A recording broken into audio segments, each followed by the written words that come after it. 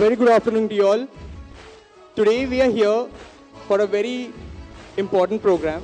Okay, this program will be conducted by none other than Sandeep sir. He is very famous physics teacher. Okay, he has done his IIT. Okay, so basically he is going to be motivating you all about how IIT can be easy. Okay, for you all students, because after class 9, 10s, you will be thinking कि आप लोगों को future में क्या करना है आप लोगों को, है कि नहीं? I am sure like very much of you all आप लोग अभी से स्टार्ट कर दिए होंगे. How many of you all, कितने लोग अभी से स्टार्ट कर दिए कि उनको फ्यूचर में क्या करना है? How many of you all? I can see very less hand. कोई बात नहीं. Today the person who is going to come, he is going to explain each and every details of your questions. जो questions आपके mind में चल रहे हैं, जो आ सकते हैं, he is going to basically give you all the answers. Okay, now let me tell about Sandeep sir. He is, as I told you, a very renowned physics teacher. Okay, we have his shows which comes on Taza TV. Okay, the program, it's telecasted on Sunday at 11:30, and a repeat telecast that's on a Monday, that's at 10:30. Okay, so if you all have any problem, anything, if कोई suggestion देना चाहते हैं आप लोग, तो आप लोग usually जाके यूट्यूब पर इनके पेज है, वहाँ पर जाके आप सारे सजेशन अपना दे सकते हैं. Okay, so without further moving, I will just call up the teacher who is going to basically take your classes. So I would like to call him. Okay, so with your round of an applause, let's welcome none other than mister Sandeep sir.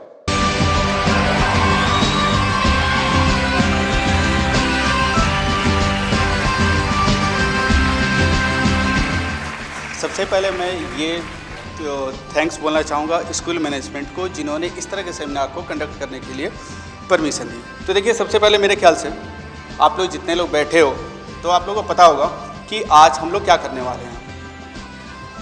कितने लोगों को लगता है कि आज हम लोग को, मतलब आपको मेरे ख्याल से पता होगा ही कि आज हम लोग क्या करने वाले हैं. कुछ बता सकते हैं आप लोग? सबसे पहले आप लोग से ये रिक्वेस्ट करना चाहता हूँ कि ये जो सेमिनार है, ये सेमिनार केवल IIT जे क्लियर करने के लिए नहीं है, क्योंकि ये सेमिनार आपके लाइफ से जुड़ी हुई है. और मैं बस आपसे यही रिक्वेस्ट करना चाहता हूँ, और कि जितने देर भी सेमिनार हो रही है, वो 40 मिनट की हो, 1 घंटे की हो, केवल आप अपनी फोकस यहाँ पर रखें.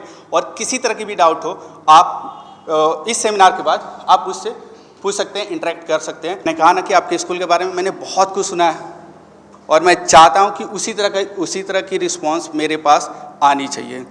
क्या आप लोगों को लगता है कि ये सेमिनार अभी तक जितने स्कूल में मैंने कंडक्ट किए उन सारे सेमिनार से काफ़ी अच्छी हो?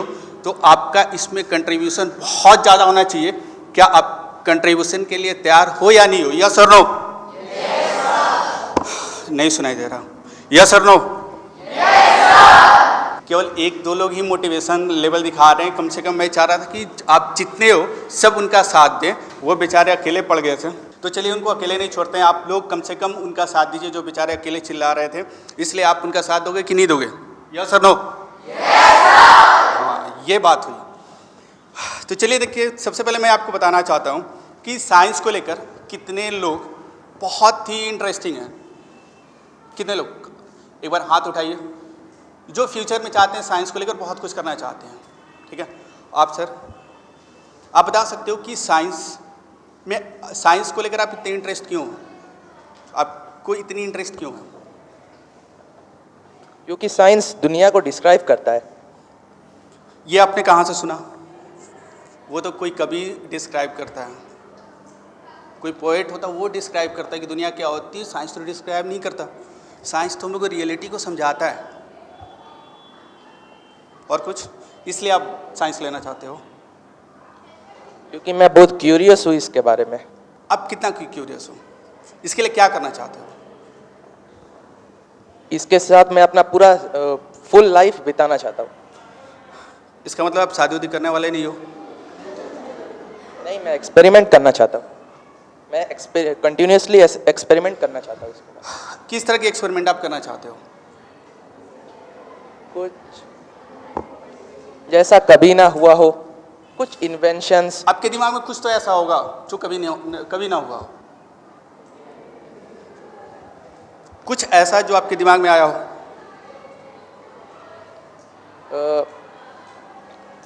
बहुत सारे कंट्रीज जैसे जापान, साउथ कोरिया, वहाँ पर रोबोट्स बहुत कॉमन है, पर इंडिया में अभी उतना डेवलपमेंट नहीं हुआ है। मैं इंडिया को उस मैं आपको और एक चीज़ क्लियर करना चाहता हूँ। आपने अभी ये बात मेरे सामने रखी, सबके सामने रखी कि आप साइंस में वो करना चाहते हो जो कभी नहीं हुआ है। रोबोटिक्स की अगर कंसेप्ट की हम लोग बात करें तो ये इंडिया में भी आ चुका है। IITians जितने रोबोट्स पर काम कर रहे हैं और चल भी रहा है, इस पर बहुत सारे कंपनीज से जुड़े हुए हैं। बहुत सारे कंपनीज रोबोटिक्स को लेकर सेमिनार कराती भी है और बहुत सारे सोसाइटी बना हुआ। IIT खड़गपुर आप एक दिन जाकर देखना, वहाँ पर कुछ ऐसे सोसाइटीज़ हैं, अलग अलग तरह की सोसाइटीज़ होती है। जैसे एक ड्रामा की सोसाइटीज़ होती है, फिर उसके बाद आप कह सकते हो रोबोटिक्स की अलग सोसाइटी है। वहाँ पर सीनियर लोग जो जूनियर बच्चे होते हैं उनको गाइड करते हैं। तो ये कोई नई चीज़ नहीं है। आपने ये मेरे सामने रखा कि आप साइंस इसलिए पढ़ना चाहते हो कि आप ऐसा कुछ करना चाहते हो जो पहले कभी नहीं हुआ।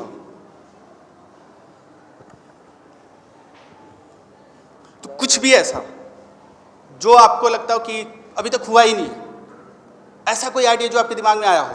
स्पेस ट्रैवल भी हो चुका। टाइम ट्रैवल तो बहुत दूर की बात होगी। टाइम ट्रेवल की अगर बात कर रहे हो तो उस पर अभी ये कोई नई चीज़ नहीं है। टाइम ट्रेवल पर अल्बर्ट आइंस्टाइन भी काम कर चुके हैं और अभी फ़िलहाल स्टीफन हॉकिंग इस पर काम कर रहे हैं और मेरे ख्याल से आप उनके बारे में जानते भी होंगे। यस और नो? Yes sir. तो आप बताइए कि टाइम को लेकर आपको क्या आइडिया है? टाइम ट्रेवल को लेकर मतलब क्या उसमें करना चाहते हो? ताकि हम अपने पास्ट को बदल सके। तो आप चाहते हो कि अपने पास्ट को बदल सकते हो? आपको लगता है कि हम लोग पास्ट में जा सकते हैं कि नहीं जा सकते हैं? जा सकते हैं, पर अभी ऐसा हुआ नहीं है। ऐसा हुआ नहीं है, ना होगा। ये मैं नहीं कर रहा हूँ, ये आइंस्टाइन भी कर गया हुआ है और स्टीफन हॉकिंग भी अभी तक यही बताए हैं। क्योंकि टाइम की कंसेप्ट की बात इस पर मैं बहुत डिटेल में नहीं जा रहा हूँ, लेकिन क्या आप लोगों को लगता है कि हम लोग पास्ट में जा सकते हैं या नहीं जा सकते? यार ऐसे तो आप लोग सोचते हैं हम लोग पास्ट में जा सकते हैं कि नहीं जा सकते हैं?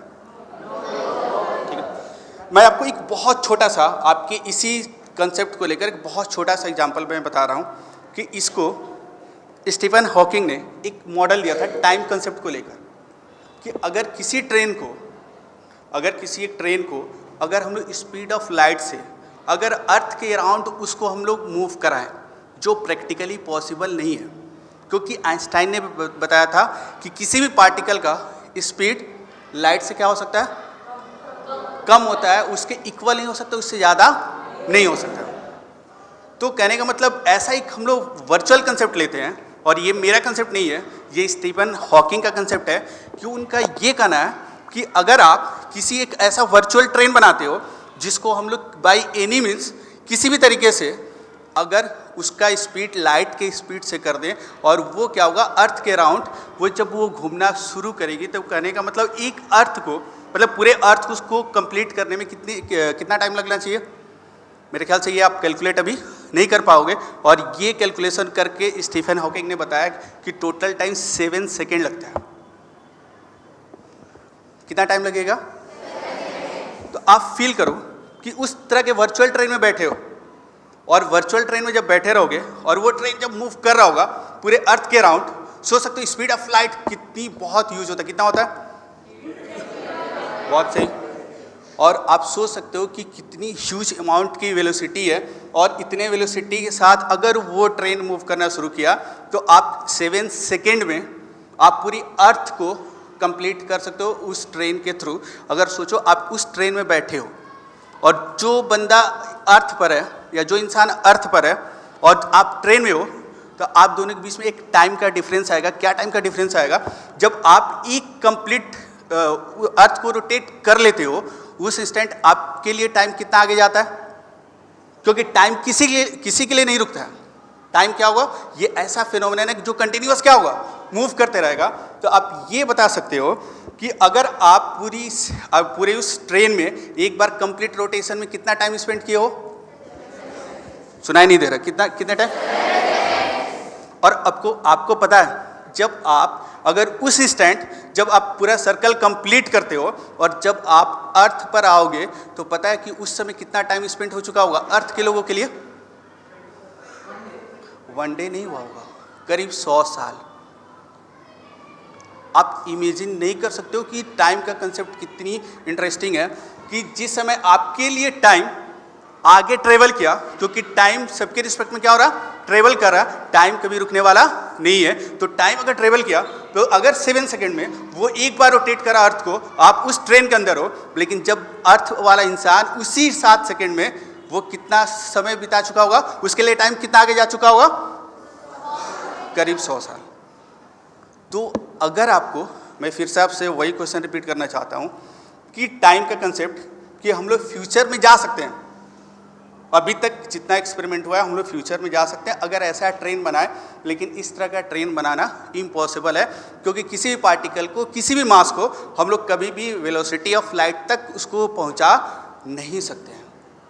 लेकिन अगर ऐसा कर पाते हो तो आप फ्यूचर में जा सकते हो, आप किसी अदर पर्सन के रिस्पेक्ट में आप करीब 100 साल आगे रहोगे अगर उस तरह के ट्रेन में रहोगे तब, लेकिन आप वापस नहीं आ सकते हो। ये तो क्लियर है? जब भी हम लोग जा सकते हैं तो फ्यूचर में पॉसिबल हो सकता है, आप अगर इस तरह के ट्रेन को बनाओ तब हो सकता है। तो अब आप टाइम को लेकर क्या ऐसा कुछ करना चाहते हो? अभी मैं किसी और चीज़ पे एक्सपेरिमेंट करना चाहता हूँ। चलिए देखिए, ये इनका कन्फ्यूजन और कहने का मतलब क्या होता है कि आप, इसमें हंसने वाली बात नहीं है, ये सबके साथ यही होता है। जब हम लोग भी उस जगह पर बैठे थे, आप लोग की जगह पर बैठे थे, तो सही में हम लोग को भी अपने लाइफ का पर्पस नहीं पता था, क्योंकि आपको पता नहीं है कि आप जो कुछ कर रहे हो, आप पता है अब जो कर रहे हो आपको पता ही नहीं है कि क्यों कर रहे हो। आप स्कूल आते हो, पढ़ाई करते हो और किसी चीज़ को लेकर आपके पास डिजायर होता है, लेकिन आपको कोई रीज़न पता ही नहीं कि आप ये चीज़ क्यों कर रहे हो। मैं आपको ये बताना चाहता हूँ कि अगर आपके लिए ये जो टाइम है, अगर इस टाइम में आपको अगर ये पता चल जाए कि आपके लाइफ का पर्पस क्या है, आप सही में क्या करना चाहते हो। क्योंकि अब इमेजिन करो, देखो इनको साइंस लेनी है, उसमें कुछ अलग करना है, ठीक है, और अलग करने के लिए क्या कर रहे हैं, इनके पास कोई टारगेट नहीं, कोई गोल नहीं है। आप ऐसा सोचो, आप चले गए ऑडी के शोरूम में, कितने रुपये लेकर, 100 रुपये लेकर, और उस काउंटर पर जाकर बोलते हो कि मुझे ऑडी कार दे दीजिए, तो क्या होगा, वो देगा कि नहीं देगा? वो 200 रुपये वापस देकर भेज देगा, यही ना होगा? कहने का मतलब क्या होगा, अगर आपको ऑडी की एक कार लेनी होगी तो आपको क्या करनी होगी, सबसे पहले आपको ये डिसाइड करना होगा कि उसकी कितनी प्राइस है और कौन सी कार चाहते हो।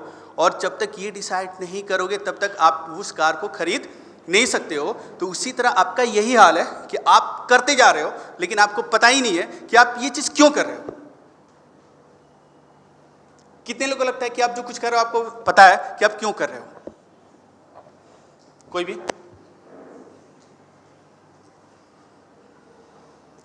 क्योंकि बहुत लोग यहां पर बैठे भी हैं, उनको भी ये रियलाइज नहीं होता है कि आप अभी 2-1 घंटे के लिए किस लिए बैठे हो।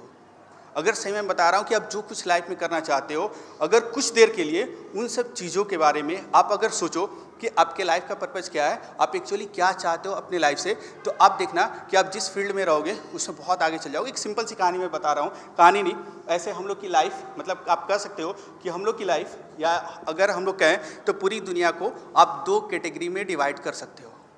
कितने कैटेगरी में हम लोग डिवाइड कर सकते हैं? 2। कौन कौन सा? एक हो गया ऐसे लोग जो 10% की कैटेगरी में आते हैं, जो पूरी दुनिया को लीड करते हैं।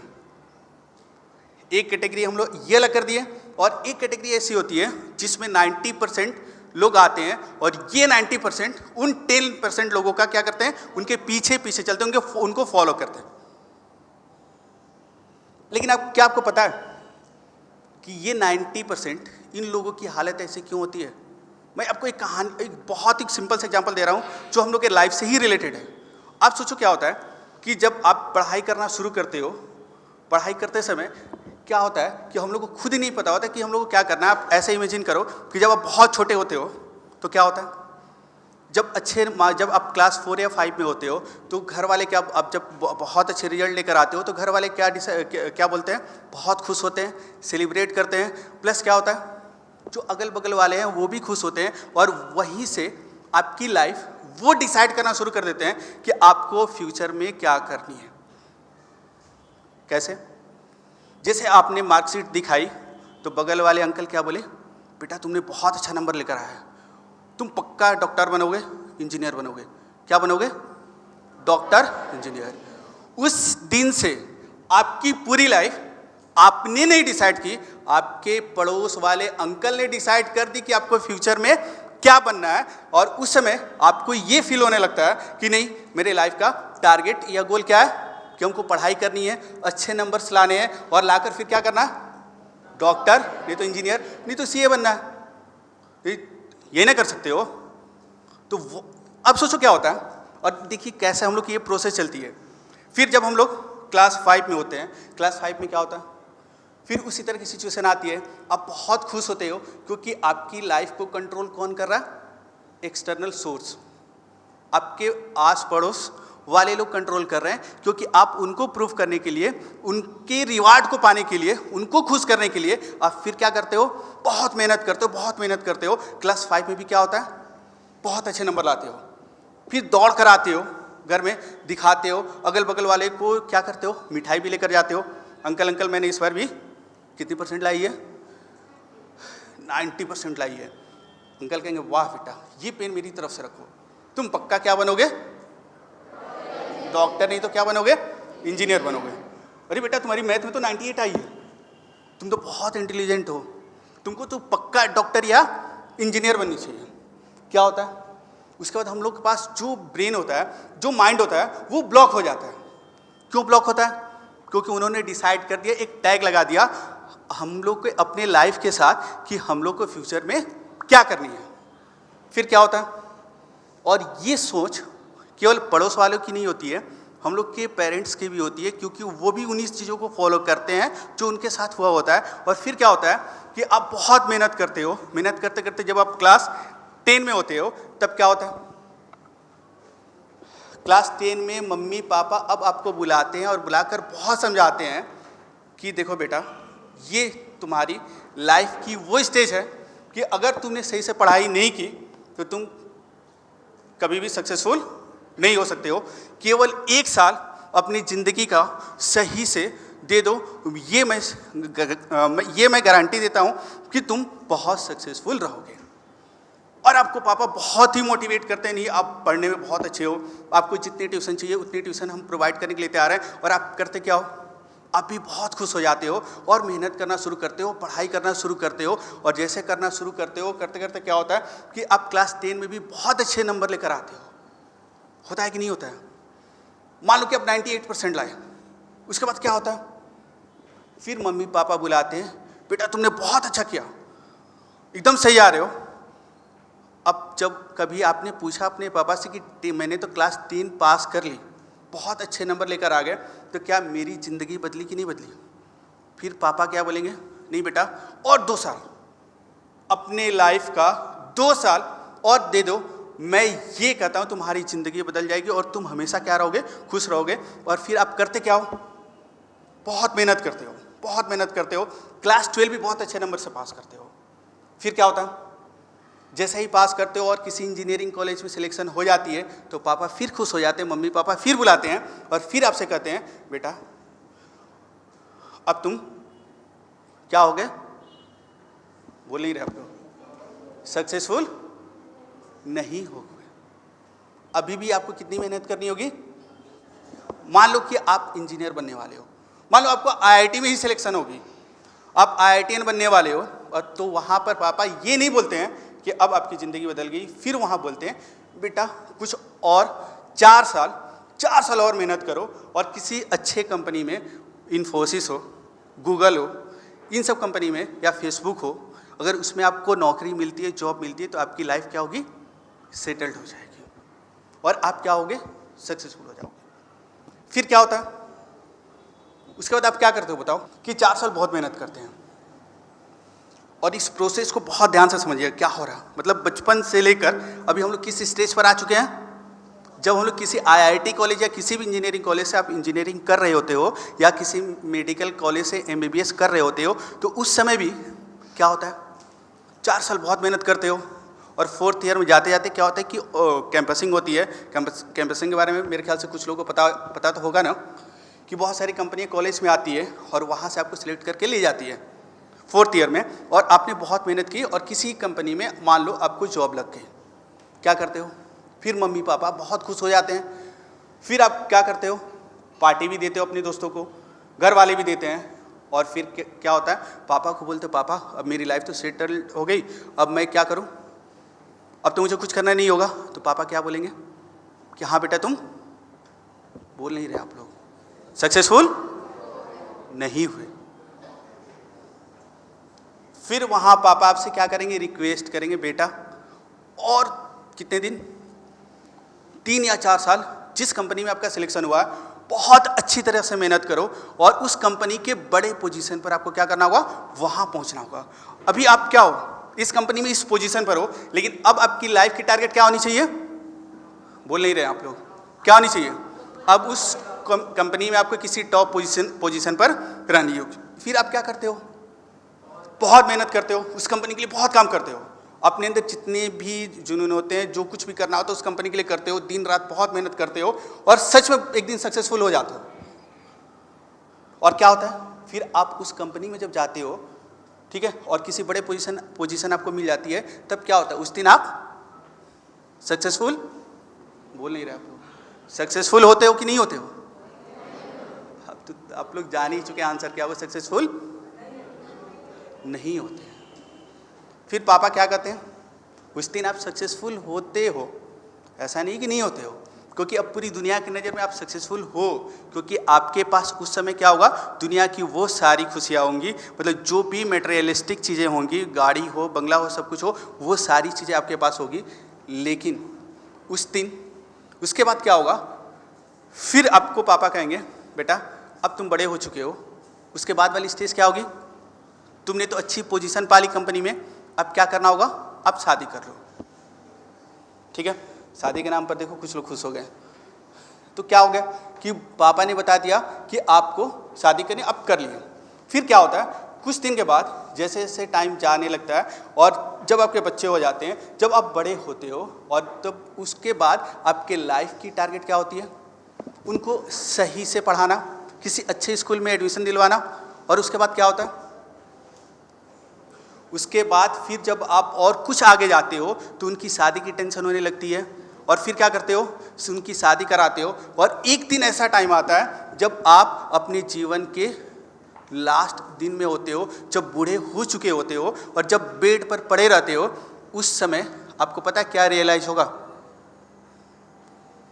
क्या रियलाइज होगा पता है आपको, आप उस दिन अफसोस करोगे कि अरे मेरी लाइफ तो पूरी बीत गई, और आपको उस दिन एहसास होगा कि मुझे तो करना कुछ और था, मुझे कुछ करना और था, लेकिन मैंने क्या किया, मैंने वही लाइफ जी जो दूसरे लोग चाहते थे, जो बाहर के लोग चाहते थे, और उनकी लाइफ को आपने पूरी ज़िंदगी जिया, और उस दिन आपको बहुत अफसोस होगा और उस दिन बहुत दुख होगा कि नहीं सही में आपको तो करना कुछ और था। जैसे किसी को डांस पसंद है, मुझे डांस बहुत कुछ अच्छा करना था, किसी को एक्टिंग पसंद है, उसको एक्टिंग में बहुत कुछ अच्छा करना था, किसी को सिंगिंग पसंद है, उसमें बहुत अच्छा करना था, लेकिन क्या हुआ, आप इन सब चीज़ों में इतने बिजी हो गए कि आपको एहसास ही नहीं हुआ कि आपको एक्चुअली करना क्या है। यस और नो? और हम लोग क्या हुआ, इस तरह अपनी लाइफ को जीते गए, और अंत में हम लोग को पता चलता है कि जो चीज़ हम लोग को चाहिए था वो चीज़ हम लोग कर नहीं पाए, और उस समय आपके पास ये टाइम नहीं होता है कि फिर से आप उन सब चीज़ों को कर पाओ जो आप अपनी लाइफ में करना चाहते हो। और एक सर्वे के अनुसार 99% लोग कम से कम अपन कह सकते हो कि 99% लोग अपने टैलेंट को लेकर, उनके अंदर जो टैलेंट होता है उस टैलेंट को वो लेकर मर जाते हैं। उनकी इच्छा होती है कि हमको इस फील्ड में बहुत कुछ करना है, लेकिन इस तरह का जो सिस्टम बन चुका है, इस सिस्टम से आप अलग हटने की कोशिश नहीं करते हो। तो मेरी कहने का मतलब ये था कि लेकिन ऐसा सब नहीं करते हैं, ऐसा मैक्सिमम लोग करते हैं, सब लोग नहीं करते हैं, लेकिन ऐसा क्या कौन करते हैं, मैक्सिमम लोग करते हैं। और वो किस कैटेगरी में आते हैं, 90% वाले कैटेगरी में आते हैं, जो करते जाते हैं, लेकिन उनको एहसास नहीं होता है कि सही में अपने लाइफ में वो कर क्या रहे हैं और उनको करना क्या है। लेकिन 10% वाले कैटेगरी वाले कुछ क्या होते हैं, वो इस तरह के लाइफ स्टाइल को नहीं जीते हैं। उनको बहुत कम समय में, वो आपकी उम्र में उनको ये पता चल जाता है कि उनको लाइफ में कुछ अलग करना है। मतलब ये नहीं कि वो पढ़ाई छोड़ देते हैं। मैं ये नहीं कह रहा हूँ कि आप अपनी पढ़ाई छोड़कर अपनी जो चीज़ करना वो करो। मैं कह रहा हूँ कि वो करते हुए वो क्या होता है कि अपने समय में अपने पैशन को आइडेंटिफाई कर लेते हैं। और इन 10% में कौन कौन आते हैं पता है? क्या आप नाम बता सकते हो इन 10% में कौन कौन आते हैं? थॉमस एडिसन, स्टीफन हॉकिंग्स और Bill Gates, Sachin Tendulkar, Henry Ford. और आप जितने भी सक्सेसफुल लोगों को देखते हो वो सब किस कैटेगरी में आते हैं? ये 10% वाले कैटेगरी में आते हैं। और ये वो सारे लोग होते हैं जिनको बहुत कम समय में अपने पैशन का अंदाजा हो जाता है कि उनको लाइफ में क्या करनी है। और ये दूसरे की लाइफ को नहीं जीते, इनको जो करना होता है अपनी खुद की लाइफ को जीते हैं। और हमेशा क्या करते हैं कि वो सबसे पहले अपने आप को पहचानते कि हम है क्या, आखिर मेरे अंदर ऐसा क्या टैलेंट है। क्योंकि हम सबके अंदर, बहुत लोगों को फील होता होगा कि नहीं मेरे अंदर कुछ टैलेंट नहीं है, लेकिन हर किसी के अंदर, पर्टिकुलरली ये सर्वे में भी देखा गया कि हर किसी के अंदर मैक्सिमम 20 ऐसे टैलेंट्स हैं जो आपके पास है, लेकिन बहुत लोग इसको पहचान नहीं पाते हैं। और इसलिए क्या होता है, आपकी लाइफ 90% वाले लोगों में चली जाती है और आप 10% वाले लोगों में नहीं रहते हो।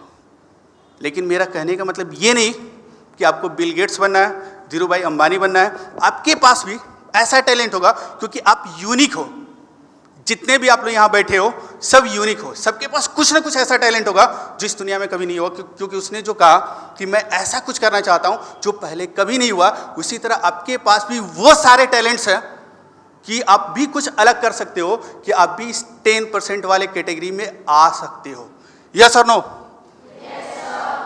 सुनाई नहीं दे रहा? यस और नो? लेकिन कभी आपने सोचा कि सच में मेरे अंदर ऐसा क्या है? कभी आप लोगों ने अपने आप को समय दिया है? क्योंकि आज की जो लाइफ स्टाइल हो चुकी है, ऐसा ज़माना आ चुका है जहाँ पर हम लोग की आधी लाइफ फेसबुक, व्हाट्सएप और इंटरनेट पर क्या होता है, ख़त्म हो जाती है। और इन सब के इन सारे वर्चुअल वर्ल्ड में आप लोग खुद को पहचान नहीं पाते हो, क्योंकि आप अपनी पूरी एनर्जी क्या होता है, इन सारी चीज़ों में लगाते हो। कभी भी आप लोगों ने अपने लिए 5 मिनट भी निकाला है कि नहीं सही में मुझे अपनी लाइफ से क्या चाहिए? किसी ने भी, कोई भी ऐसा हो जिसने ये कभी सोचा हो कि नहीं सही में मुझे लाइफ में कुछ ऐसा चाहिए? क्योंकि देखिए, जब तक आप ये नहीं डिसाइड करोगे कि आपको क्या चाहिए, तब तक आप उस 10% वाले कैटेगरी में नहीं आओगे जिसको पूरी दुनिया फॉलो करती है। मेरे कहने का मतलब क्या है कि सबसे पहले क्या करना होगा आपको, कि आपको अपने पैशन को आइडेंटिफाई करना होगा कि आप अपने लाइफ में क्या करना चाहते हो। लेकिन होता क्या कि हम लोग को पता है कि बहुत सारी इंटरेस्ट होती है या नहीं होती है। जैसे उसने कहा कि मुझे साइंस पढ़नी है, किसी ने कहा कि मुझे ये करना है। लेकिन आपको पता है कि इंटरेस्ट और पैशन में क्या डिफरेंस है? कोई भी बता सकता है? इंटरेस्ट और पैशन में कि अगर आपको सही में सक्सेसफुल बनना होगा और लाइफ में बहुत कुछ अचीव करना होगा, तो क्या करना होगा? सबसे पहले क्या आइडेंटिफाई करना होगा? आपको अपने पैशन को आइडेंटिफाई करना होगा। और कैसे आइडेंटिफाई करोगे? होता क्या है कि आप देखते हो कि मेरा फ्रेंड ये कर रहा है, तो आप उसकी तरह अट्रैक्ट हो जाते हो, नहीं यार ये सही कर रहा, मैं उसी चीज़ को करूँगा। फिर देखते हो कि एक फ्रेंड आपका डांस कर रहा, आपको लगता है नहीं ये सही चीज़ है, हम इसी को कर लेते हैं। फिर आप क्या देखते हो कि मेरा एक फ्रेंड सिंगिंग सीख रहा है, आपको क्या लगता है कि मैं भी वो कर लेता हूँ, ये अच्छी चीज़ है। होता क्या है कि हम लोग बहुत सारी चीज़ों की तरफ अट्रैक्ट होते हैं। वो अट्रैक्शन होता है, वो पैशन नहीं होता है। पैशन वो होता है कि जब आप किसी चीज़ को करते हो और करते समय आपको क्या होता है कि टाइम का पता नहीं चलता है। आपको ये नहीं पता चलता है कि आप खाना खाए हो या नहीं खाए हो, या आपको ये नहीं, आप उसके फ्लो के साथ बढ़ते जाते हो। जो कुछ कर रहे हो, मतलब किसी भी एक पर्टिकुलर चीज़ को जिसमें आपको बहुत इंटरेस्ट है, और इतनी इंटरेस्ट है कि आप उसके लिए कुछ भी करने के लिए तैयार हो। आपके अंदर वो जुनून है कि नहीं वो चीज़ मुझे पर्टिकुलर चाहिए जिसके लिए मैं बनाऊं। और वो चीज़ जब आप पहचान लेते हो और उसके बारे में आप काम करना शुरू करते हो, और पूरी दुनिया के बारे में 1% भी थिंकिंग उस समय आपके माइंड में नहीं आती है, तो वो क्या होता है? वो पैशन होता है। इंटरेस्ट क्या होता है? आप किसी और को देखते हो कि वो ऐसा कुछ कर रहा, मुझे भी वही करना, वो इंटरेस्ट हो गया। लेकिन पैशन वो होता है, जैसे किसी को मैथ में बहुत इंटरेस्ट है, तो देखना मेरा ही एक फ्रेंड बहुत ही मैथ में बहुत ही इंटरेस्टेड था, जबकि वो कॉमर्स का स्टूडेंट था, लेकिन मैथ हम लोग से भी बहुत अच्छे तरीके से बनाता था और उसके पैशन को मैंने देखा था। एक बार की बात है, मैं बता रहा हूँ कि एक सर ने हम लोगों को एक सम्स दी थी कि आप लोग को ये सम्स करके आना है, और वो चैलेंज किए हुए थे कि आप लोग करके लाओगे तो ये पर्टिकुलर गिफ्ट मैं आप लोग को दूंगा। हम लोगों ने बहुत कोशिश की, मैंने भी कोशिश की, वो सब नहीं बनी। शाम को जब उस बंदे से मैंने मिला, जो कॉमर्स वाला मेरा फ्रेंड था, वो भी मैथ हम लोग के साथ पढ़ रहा था, जब मैंने उससे पूछा सम्स बनाए हो, बोला बनाए लेकिन बना नहीं। मैंने बोला कितनी बार ट्राई की हो? उसने तुरंत क्या किया, 2 कॉपी उसने निकाली और दोनों कॉपी मेरे सामने रख दी। और उस दिन मुझे शर्म आ गई कि मैं साइंस लेकर पढ़ रहा हूँ और एक सम्स के लिए मैंने हार्डली 4 और 5 टाइम्स ट्राई की थी, नहीं बना, छोड़ दिया। लेकिन उसकी कॉपी को मैंने देखा, एक सम्स के पीछे उसने क्या किया कि 2 कॉपी, आप सोच सकते हो इतनी मोटी मोटी कॉपियाँ, एक सम के पीछे उसने अपनी पूरी एनर्जी लगा दी और वो 2 कॉपी मात्र एक दिन में उसने भरी थी। केवल एक सम्स को बनाने के लिए उसको दुनिया से किसी से मतलब नहीं था, और उस सम्स को बनाने के लिए उसने क्या किया, अपनी जितनी एनर्जी थी, जितना कुछ वो जानता था बचपन से लेकर अभी तक, उन सारी चीज़ों को लगा दिया। वो उसको एज ए चैलेंज एक्सेप्ट किया और उसको करते समय उसको थोड़ा सा भी बोर फील नहीं हुआ। तब मुझे पता चला कि उसको कहते हैं पैशन, वो जुनून। और जो मैं कर रहा था वो सिर्फ इंटरेस्ट था, सर ने दी है, बना तो ठीक है, नहीं बना तो क्या हुआ, चलो ठीक, नहीं मिलेगा नहीं मिलेगा। लेकिन उसने क्या किया, उसको जीत ये नहीं थी कि मुझे ये चीज़ चाहिए सर से, उसकी जीत ये थी कि उसको मैथ में इंटरेस्ट थी, उसको उस सम्स को किसी हर हाल में बनाना था, क्योंकि वो इंजॉय कर रहा था उस सम्स को बनाने के लिए। अगर इस मेथड से नहीं बनी तो दूसरी मेथड से उसने ट्राई की, इससे नहीं बना उससे ट्राई की। और आपको पता नहीं होगा, ये एक्सपेरिमेंट आप भी करके देखना, अगर आपको जो सब्जेक्ट बहुत ही टफ लगती हो, मैथ तो मेरे ख्याल से बहुत लोगों को टफ लगती होगी, बहुत लोगों को, यस और नो, उसको अगर आपको बहुत आसान करनी हो ना, मैं सिंपल सा फंडा बता रहा हूँ कि आप एक सम्स को लो और उसको, बहुत लोग क्या होता है ना कि उस सम्स को लिए 2-3 बार ट्राई करते हो, नहीं बना सर से पूछते हो, और नहीं तो फिर क्या करते हो, किसी सॉल्यूशन बुक से देख लेते हो। लेकिन आप जब एक सम्स को बनाते हो, इस तरह करोगे तो आपकी नॉलेज डेवलप नहीं होगी, आपके पास वो सारे स्किल्स नहीं आएंगे जिससे आप मैथ के सम्स को बना पाओ। आप एक सम्स लो, उसको बनाओ, 1 बार बनाओ, 2 बार बनाओ, 10 बार ट्राई करो। अगर 10 बार में नहीं बनी, 20 बार ट्राई करो, नहीं बने। लेकिन होता क्या है, जब आप 20 बार ट्राई किए हो और नहीं बना, तो वहाँ आपको दुख मनाने की ज़रूरत नहीं है, आपको वहाँ पर डिप्रेस होने की ज़रूरत नहीं है, क्योंकि आपने वहाँ पर कुछ अलग सीखा कि इस सम्स को हम 20 तरीके से नहीं बना सकते हैं, इन सारे 20 तरीकों में। और जब आप उन सारे 20 तरीकों को यूज किए हैं, तो उसमें क्या हुआ, आपके दिमाग में जितना कुछ भी मैथ की नॉलेज स्टोर थी, उसको आपने क्या किया, उसको यूज किया। इससे क्या हुआ कि आपका माइंड का पावर क्या होगा, और ज़्यादा डेवलप होगा। और जब आप किसी और सम्स को बनाओगे तो क्या होगा, वो सारे स्किल्स तुरंत आपके दिमाग में आएंगे, क्योंकि आपने जब उस सम्स को बना रहे थे, तो अब देखना कि जब इतनी बार ट्राई करोगे तो ऐसी ऐसी चीज़ें पता चलेगी जो आप खुद फील नहीं कर सकते हो। मतलब मैंने खुद ये देखा है, मैं आपको बता रहा हूँ। खैर आप लोग IIT JEE की फिजिक्स तो समझ नहीं सकते हो, मैं अभी बता रहा हूँ कि टोटल मुझे पढ़ाते हुए 7 साल हो गए, और फिजिक्स में मैंने, अगर आप लोग को देखना होगा तो यूट्यूब पर आप जाकर देख सकते हो, मैंने खुद इतनी सारी मेथड सीखी हैं, किस तरह एक सम्स को लेकर कि इस सम्स को हम कितने ढंग से बना सकते हैं। उस पर जितना बार आपको ट्राई करोगे, उतनी बार आपको नई चीज़, क्योंकि आप देखना कोई भी टीचर होगा, उसको हर क्लास के बाद एक ये जरूर फील होता है कि उसने कुछ नई चीज़ सीखी है। क्योंकि मैंने ये भी फील किया है कि जब पहली बार एक चैप्टर को जब मैंने पढ़ाया था और अब जब पढ़ाता हूँ, दोनों में बहुत का डिफरेंस है। क्यों?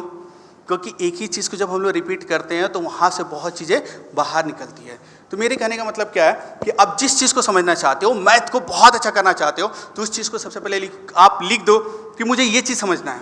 आप उसको लिखो कि मुझे ये चीज़ समझना है, इस सम्स को करना है, और जितनी एनर्जी है, जितनी एफर्ट है, वो आप पूरी लगा दो। थॉमस एडिसन का नाम सुने हो आप लोग? और कुछ सुने हैं आप लोग थॉमस एडिसन के बारे में? वो जब बल्ब को इन्वेंट कर रहे थे, तो इन्वेंट करते समय वो करीब, आपको पता नहीं कितनी बार फेल हुए? 10 बार? 1000। कहने का मतलब क्या हुआ कि वो करीब 1000 बार भी वो फेल हुए। कितनी बार फेल हुए थे? 10,000 टाइम्स वो क्या हुए? बल्ब को बनाने में फेल हुए। लेकिन जब किसी ने उनसे पूछा, आप तो पागल की तरह ये काम क्यों कर रहे हैं? आप तो जितनी बार ट्राई किए हो सब उतनी बार आप फेल हुए हो, तो इस चीज़ को बनाने से क्या फ़ायदा? तब उन्होंने कहा कि मैं 10,000 बार फेल नहीं, 10,000 बार नई चीज़ सीखा हूँ कि बल्ब को बनाते समय क्या क्या चीज़ें चाहिए, और इससे मैंने बहुत कुछ अलग सीखा है। इसलिए कहने का मतलब क्या होता है कि आप जब कुछ ट्राई करते हो, कुछ अलग करते हो, तो उसमें अगर आप सक्सेसफुल नहीं होते हो, इसका मतलब ये नहीं कि आपने कुछ नहीं सीखा। वहाँ से आप बहुत कुछ आपको सीखने को मिल सकता है। यस और नो? कभी आपने ऐसा फील किया है? कभी भी आपको लगता है कि अभी आपकी ड्यूटी क्या है? जो भी ड्यूटी मिली है, पढ़ाई करना। कितने लोग सही से पढ़ाई करते हैं? कितने लोग दिल से पढ़ाई करते हैं? साइंस में जितने लोग, मैं एक बहुत सिंपल सा क्वेश्चन आपके पास रखना चाहता हूँ। जैसे साइंस को लेकर मैंने पूछा था, साइंस को लेकर कितने लोग इंटरेस्टेड हैं? मैं फिर से उनका एक बार देखना चाहता हूँ, कितने लोग इंटरेस्टेड हैं? आप ये क्वेश्चन मैं इनके सामने तो रखूँगा ही, ठीक है, लेकिन इसका आंसर आपको भी देना होगा, क्योंकि मेरे ख्याल से आपको भी कुछ ना कुछ तो आइडिया होगा ही फिजिक्स के बारे में। और ऐसा कुछ नहीं कि IIT JEE की सम्स मैं बताने जा रहा हूँ, बहुत सिंपल सा एक्सपेरिमेंट में बताने जा रहा हूँ। सबसे पहले, डर तो लग रहा होगा आपको, नहीं लग रहा? एकदम सही है। तो आप इसको टच करो, इसको उठाओ एक बार, और इसको उठाओ एक बार। दोनों में से वेट किसका ज़्यादा है? तो चलिए, इनका ये कहना है कि इस बॉल का वेट क्या होगा, इससे क्या होगा, ज़्यादा होगा, ठीक है। अगर किसी को ट्रस्ट नहीं हो रहा तो आकर चेक कर सकते हो रहा ना ट्रस्ट आप लोग को? इन पर ट्रस्ट है ना आपको? इस बॉल का वेट क्या है, इससे क्या है, ज़्यादा है, ठीक है। तो चलिए हम लोग यहाँ पर एक छोटा सा एक्सपेरिमेंट करते हैं, ठीक है। इसको आप पकड़ो एक बार, इसको दो। ये एक्सपेरिमेंट हम लोग ऐसा करने जा रहे हैं, ठीक है। और इस एक्सपेरिमेंट को करने से पहले मैं सबसे पहले ये क्वेश्चन मैं आप लोगों के पास रख रहा हूँ, ठीक है। पहले ये बताइए कि अगर इन दोनों को, ठीक है, अगर जो भी आंसर देंगे सोच कर आंसर देंगे, अगर इन दोनों को इस हाइट से, सेम हाइट से, एक कंडीशन ध्यान में रखिएगा, इन दोनों का वेट क्या है, सेम और डिफरेंट है? डिफरेंट है। इन दोनों को इस हाइट से हम रिलीज करने वाले हैं। आपको ये बताना है कि दोनों को अगर सेम हाइट से रिलीज करें तो क्या दोनों एक साथ ग्राउंड पर पहुंचेंगे या डिफरेंट टाइम में पहुंचेंगे? चलिए देखते हैं मेजोरिटी क्या कर रहा है कि सेम टाइम में पहुंचेंगे। कितने लोग इसको सपोर्ट कर रहे हैं? 1 2 3 4। अगर हाथ आप उठा रहे हो तो एकदम सोच समझ कर उठाओगे कि ये दोनों, क्योंकि ये चीज़ केवल हम लोग रटने वाले नहीं है, क्योंकि ये एक्सपेरिमेंट आप अभी देखने वाले हो, इसलिए मेरे ख्याल से बहुत कम लोग, और बाकी लोग 1 2 3 4 5, केवल 5 या 6 लोग हैं।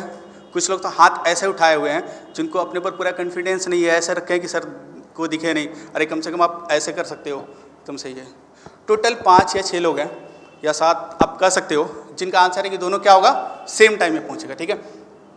अगर एक और हम लोग ऑब्जेक्ट यहाँ पर ले लेते हैं, अगर इसकी हम लोग बात करें, आप इसका वेट देख सकते हो, इसका वेट क्या होगा, इसका वेट क्या होगा, बहुत कम होगा, ठीक है। अब ये बताओ कि अगर इस बॉल और इस मार्कर को एक साथ अगर हम लोग रिलीज करें, अब इसको पकड़ो, तो क्या इन दोनों में सबसे पहले कौन पहुंचेगा? बॉल पहुंचेगा, ठीक है। तो कितने लोग इसको सपोर्ट कर रहे हैं? यार बाकी तो सब तो सपोर्ट ही करें, केवल 5-6 लोग इसको सपोर्ट नहीं कर रहे हैं, ठीक है। चलिए मैं अब फिर से आपके पास मैं जाना चाहता हूँ, ठीक है, आप, क्योंकि आप बहुत सिंसियर लग रहे हो।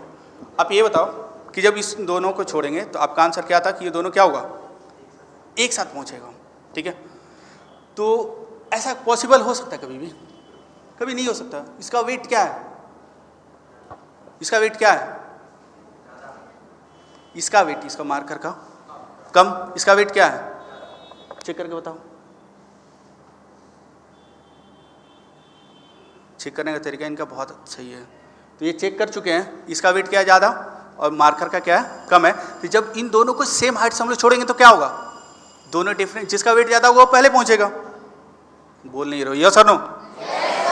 और जिसका वेट कम होगा तो क्या होगा, लेट से पहुंचेगा। आप कैसे करोगे सेम टाइम में पहुंचेगा?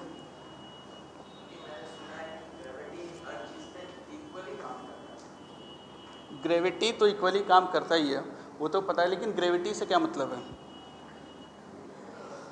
ग्रेविटी से तो कोई मतलब है नहीं। ग्रेविटी इक्वली काम करता है, लेकिन आपको पता है ना कि ग्रेविटी क्या होता है, अर्थ की वजह से क्या होता है, एक कह सकते हैं कि एक फील्ड यहाँ पर हम लोग के आसपास एग्जिस्ट कर रहा है, that is called gravitational field. उस फील्ड में क्या होगा, इन दोनों को रखेंगे तो क्या होगा, वो फील्ड इन दोनों पर क्या कर रहा है, फोर्स एग्जर्ट कर रहा है, जिसको हम लोग कहते हैं ग्रेविटेशनल पुल, ये ना कहते हैं। और इस ग्रेविटेशनल पुल का ही नाम क्या देते हैं हम लोग, वेट ऑफ द बॉडी। मतलब अर्थ किसी बॉडी को जितने फोर्स के साथ अपने सेंटर की तरफ पुल करती है उसको हम लोग क्या बोलते हैं, वेट ऑफ द बॉडी। ठीक है, तो ये तो क्लियर है। वेट कितना होता है, वेट का अगर आप मैथमेटिकल टर्म बताओगे तो कितना होता है, m इंटू जी, यस और नो? यही होता है ना, इतना तो सबको पता होगा। ठीक है, तो m इंटू जी, तो आप सोच सकते हो कि जिसका मास ज्यादा होगा उसका वेट क्या होगा, मतलब अर्थ किसको ज्यादा फोर्स के साथ पुल करेगी, जिसका वेट क्या होगा, ज्यादा, जिसका मास ज्यादा होगा। तो इसका मास ज्यादा है, मतलब इसका वेट ज्यादा है, तो जो जिसको जितना ज्यादा फोर्स के साथ पुल करेगी तो क्या होगा, वो जल्दी पहुंचेगा। कि आप लोग क्या सोचोगे, जिसका वेट ज्यादा होगा पहले पहुंचेगा, जिसका वेट क्या होगा, कम होगा, वो क्या होगा, लेट से पहुंचेगा। और इसका रीजन पता क्या है कि आप लोग मेरे ख्याल से इतना तो कुछ पढ़े ही होंगे, साइंस लिए होंगे, फिजिक्स कुछ ना कुछ पढ़े होंगे, लेकिन आप लोग जो काम करते हो ना दिल से नहीं करते हो। अगर कभी भी अपने आप से पूछो कि जो अगर अभी आपको आपकी जो ड्यूटी है पढ़ाई करनी है, अगर आप सही से किए होते तो इसका आंसर आपको खुद ही पता चल गया होता। क्योंकि अगर आप कुछ बनना चाहते हो तो जिस सब्जेक्ट को पढ़ना चाहते हो उसको रटने से नहीं, उसको सही तरीके से समझना होगा, उस कंसेप्ट को जानना होगा, तभी आप लाइफ में सक्सेसफुल हो सकते हो। चलिए हम लोग पहले ये एक्सपेरिमेंट देखते हैं, फिर मैं कोशिश करूँगा इसको एक्सप्लेन करने की कि दोनों एक साथ पहुँचेगा या डिफरेंट टाइम में। ठीक है, तो चलिए ये एक्सपेरिमेंट हम लोग देखते हैं। आप इसको पकड़ सकते हो। अभी भी आपके पास टाइम है कि इन दोनों में से पहले कौन पहुंचेगा, बोलेंगे ये पहुंचेगा। ठीक है, तो चलिए इसको देखते हैं और कि सबसे पहले कौन पहुंचता है। ठीक है, और इसको हम लोग दिखाई दे रहा है ना सबको। ठीक है, इसको यहाँ से, लेकिन कंडीशन क्या होनी चाहिए, दोनों का हाइट क्या होगा, सेम होगा। ठीक है, तो चलिए हम लोग इसको रिलीज करते हैं और देखते हैं कि इन दोनों एक साथ पहुँचते हैं कि नहीं पहुँचते।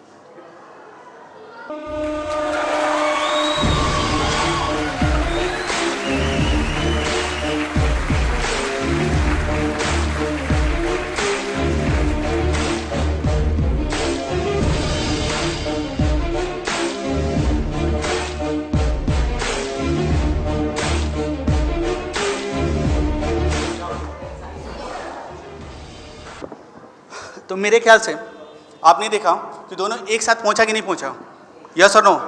एक साथ पहुंचा। अगर आप यहाँ इमेजिन करो कि अगर इस बॉल की जगह एक बहुत बड़ा स्टोन होता, इतना बड़ा स्टोन ले लिए और एक हम लोग छोटा सा ऐसा इस मार्कर को ले लिए, उस स्टोन को और इस मार्कर को एक साथ अगर रिलीज करेंगे तो दोनों में से सबसे पहले कौन पहुंचेगा, दोनों एक साथ ही पहुंचेगा।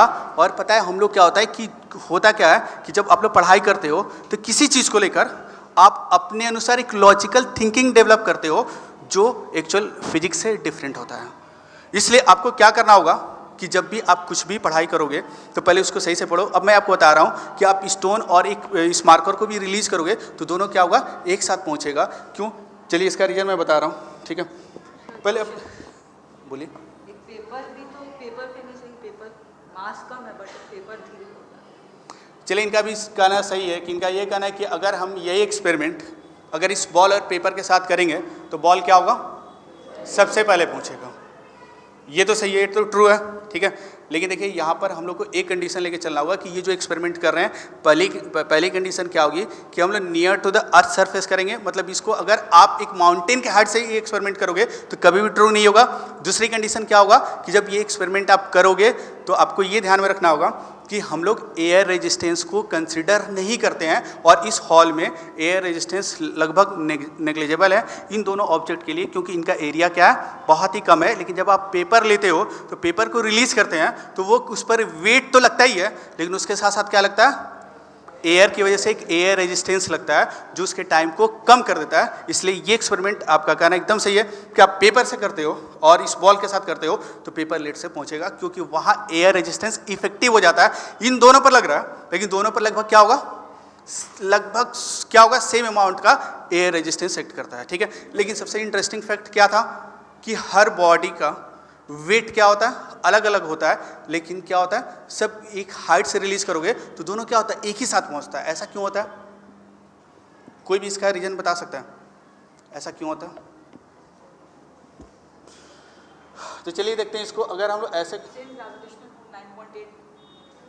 ग्रेविटेशनल पुल तो वेट हो गया, जैसे आप इमेजिन करो अर्थ को ऐसे ले लिए और एक मास को ऐसे ले लेते हैं और इस मास को ऐसे ले लिए, तो आप देख सकते हो कि इस अगर यहाँ अगर एक सर्टेन हाइट पर इन दोनों मास को अगर हम लोग रख देंगे तो क्या होगा, अर्थ के ग्रेविटेशनल पुल की वजह से क्या लगेगा, इन दोनों पर एक फोर्स लगेगा जिसको हम लोग ग्रेविटेशनल फोर्स भी कहते हैं और उसको हम लोग क्या कहते हैं, वेट ऑफ द बॉडी भी कहते हैं। तो सोचो आप लोग अब जाकर बैठ सकते हो। ठीक है, तो देखो आप ऐसे देख सकते हो, इसका मास m1 है, तो अर्थ इसको कितने अमाउंट से पुल करेगा, बोल नहीं रहे हो। अगर इसको अर्थ ले लिए तो इस मास और इस मास पर फोर्स कौन एग्जर्ट करेगा, अर्थ कितने अमाउंट का फोर्स एग्जर्ट करेगा, क्योंकि सारे बॉडीज पर अर्थ फोर्स एग्जर्ट करेगा, लेकिन सब पर अमाउंट क्या होगा, अलग अलग होगा। इसको आप ऐसे दिखा सकते हो, इसको अर्थ अपने सेंटर की तरफ पुल कर रहा है m1g, और ये क्या होगा, near to the earth surface है, इसलिए यहाँ सेंटर नहीं दिखा रहे हैं। इसको आप ऐसे कर सकते हो कि इसका डायरेक्शन हम लोग हॉरिजेंटल ले लिए, पहले सरफेस को हॉरिजेंटल ले लिए, और वर्टिकली क्या लग रहा है, उस पर वेट लग रहा है। इसका वेट किधर होगा, m2g नीचे होगा। और आप ऐसे देख सकते हो कि जैसे इस बॉल को रिलीज करोगे इन दोनों को, तो दोनों पर वेट डिफरेंट लग रहा है, लेकिन ड्यू टू दिस वेट क्या होगा, वो दोनों को रिलीज करने के बाद इनिशियल स्पीड कितना होगा, दोनों का 0 होगा। आप ऐसे देख सकते हो, इसका इनिशियल स्पीड कितना होगा, 0, इसका इनिशियल स्पीड कितना आएगा, 0, और ये दोनों आप कह सकते हो सेम हाइट पर लाई कर रहा है। लेकिन जैसे ही इस पर फोर्स एक्ट करना शुरू कर दिया तो न्यूटन के अकॉर्डिंग आपको पता होगा कि इस बॉडी का आप एक इक्वेशन लिख सकते हो कि net external force acting on this body must equal to कितना होगा, m इंटू ए। फर्स्ट के लिए इक्वेशन लिख सकते हो ना, क्योंकि न्यूटन क्या बताया था कि एक बॉडी पर जो नेट एक्सटर्नल फोर्स लगता है दैट मस्ट, वो उस बॉडी को क्या देगा, एक एक्सेलरेशन देगा। और ये एक्सेलरेशन आप a1 ऐसे दिखा सकते हो, ये फर्स्ट के लिए अप्लाई कर रहे हैं तो ये कितना होगा, m1g इक्वल टू कितना हो गया, m1 a1, ये कैंसिल हो गया और a1 कितना आ गया, g आ गया। ठीक है, इसके बाद अगर आप सेकेंड पार्टिकल के लिए अगर ये इक्वेशन लिखोगे तो क्या होगा, बोल नहीं रहे आप, क्या होगा, इसी तरह लिखोगे आप F एक्सटर्नल इक्वल टू कितना होगा, m2 इंटू a2, और F एक्सटर्नल कितना लग रहा है, इस पर टोटल नेट फोर्स कितना लग रहा है, क्योंकि एयर रेजिस्टेंस को हम लोग कंसिडर नहीं कर रहे हैं, तो कौन सा फोर्स लगेगा, केवल वेट ही लगेगा। तो वेट कितना लग रहा है, आप ऐसे देख सकते हो, ये कितना होगा, m2g, नेट फोर्स कितना लग रहा है, m2g इक्वल टू कितना होगा, m2 a2, और ये और कैंसिल, a2 कितना हो गया, g आ गया। तो एक्चुअली देखिए इन दोनों पर क्या लग रहा है, फोर्स का अमाउंट डिफरेंट है, लेकिन क्या होगा, ड्यू टू ग्रेविटेशनल फोर्स पुल दोनों के पास क्या होगा, सेम अमाउंट का एक्सेलरेशन होगा। और इनिशियल स्पीड कितना होगा, दोनों का 0 आ रहा, और दोनों ग्राउंड से कितने हाइट पर है, h हाइट पर है। और ये शायद आप लोगों ने पढ़ा होगा, h equal to ut plus half at square से क्या निकाल सकते हो, टाइम निकाल सकते हो। इसको नीचे आने में टाइम, इसको कितना डिस्टेंस चला, h, u कितना होगा, 0, क्योंकि ड्रॉप और रिलीज करने का कंडीशन क्या होता है कि initial speed of the particle कितना होगा, 0 होगा, प्लस कितना होगा, हाफ, ये कितना होगा, g t1 square, first particle का इक्वेशन, और t1 कितना आएगा, √2h बाई कितना आ जाएगा, g। इसका आप कैलकुलेट करोगे सिमिलरली, उसी तरह कैलकुलेट करोगे तो t2 कितना आएगा, √2h बाई g। इसका मतलब क्या हुआ, दोनों पर अलग अलग अनइक्वल अमाउंट का फोर्स लग रहा है, लेकिन दोनों का एक्सेलरेशन क्या होगा, सेम होने की वजह से, और दोनों का इनिशियल स्पीड क्या होगा, सेम होने की वजह से। और एयर रेजिस्टेंस को हम लोग कंसिडर नहीं कर रहे हैं। अगर एयर रेजिस्टेंस अगर आप कंसिडर करोगे तो ये एक्सपेरिमेंट सही नहीं होगा। इसलिए ये दोनों क्या होगा, डिफरेंट फोर्स लगने के बाद भी क्या होगा, दोनों एक साथ ग्राउंड पर पहुंचेगा।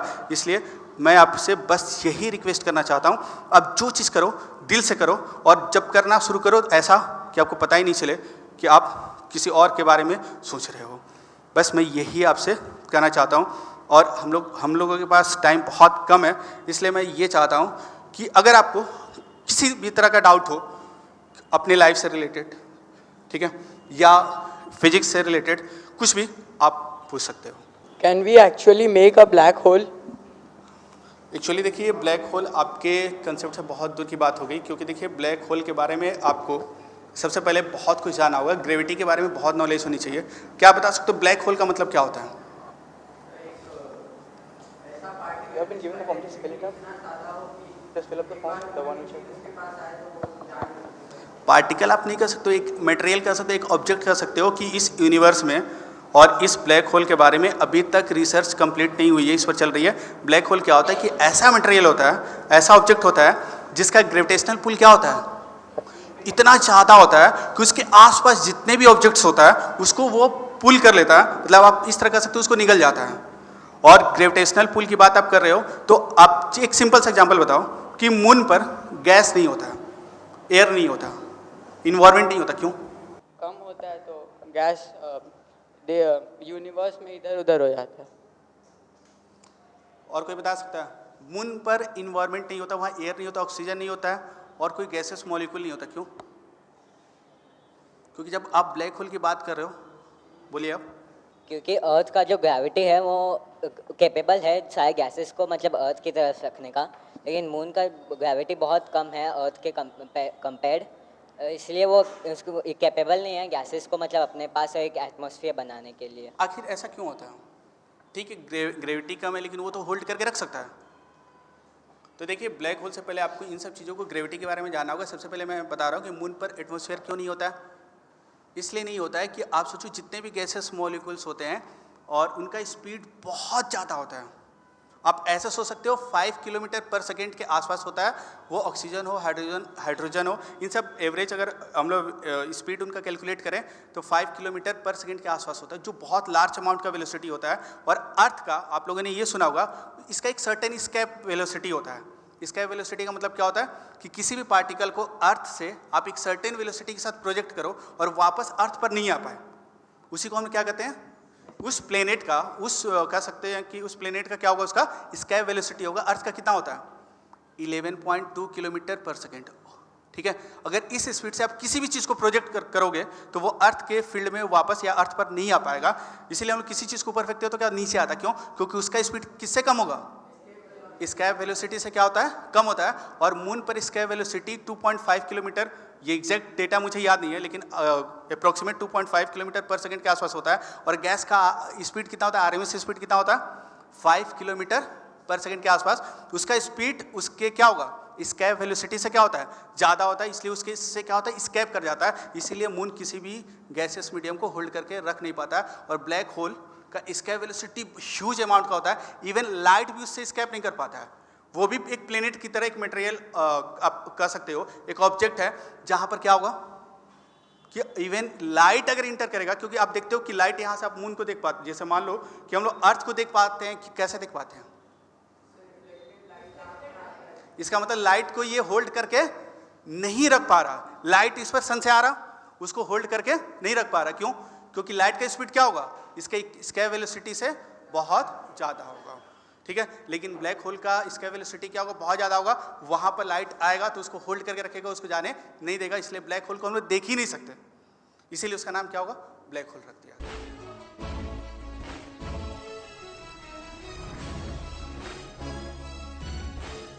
I think that this program was really helpful.